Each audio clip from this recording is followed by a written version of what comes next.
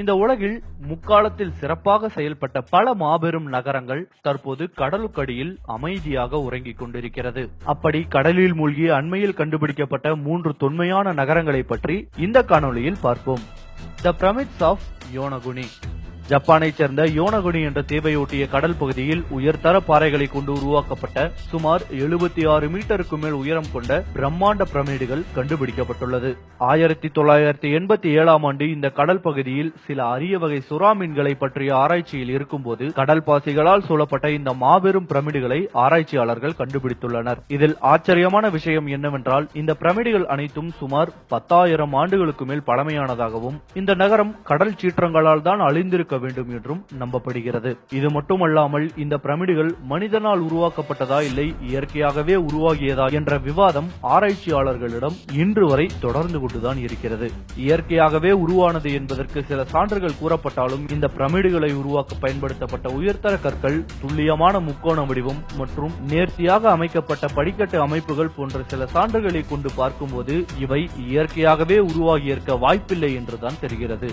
கிளியோபாட்ராவின் அரண்மனை.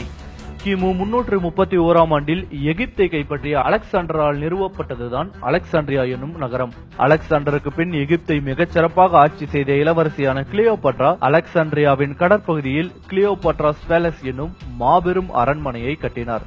சுமார் 1400 ஆண்டுகளுக்கு முன் எகிப்தில் ஏற்பட்ட மிகப்பெரிய நிலநடுக்கத்தினாலும் அதனால் ஏற்பட்ட சுனாமியினாலும் அலெக்சாண்ட்ரியாவின் கரையோர பகுதி முழுவதும் கடலுக்குள் மூழ்கியது.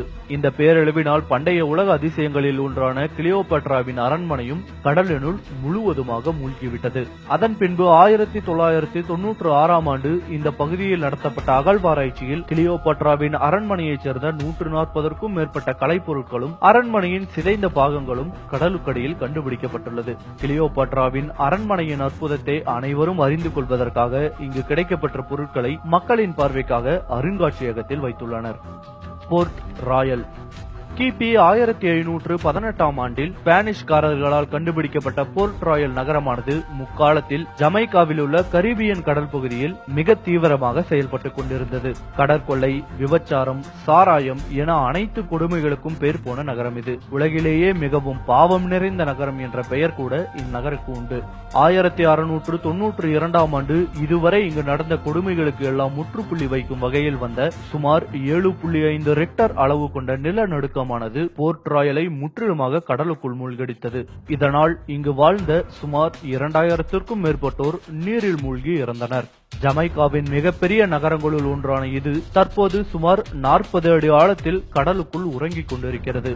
சமீபத்தில் இங்கு நடத்தப்பட்ட அகழ்வாராய்ச்சியில் பல அற்புதமான கலைப்பொருட்கள் இந்த தொன்மையான நகரத்தில் இருந்து கிடைத்துள்ளது. இந்த பொருட்களை தற்போது மக்களின் பார்வைக்காக அருங்காட்சியகத்தில் வைத்துள்ளனர்.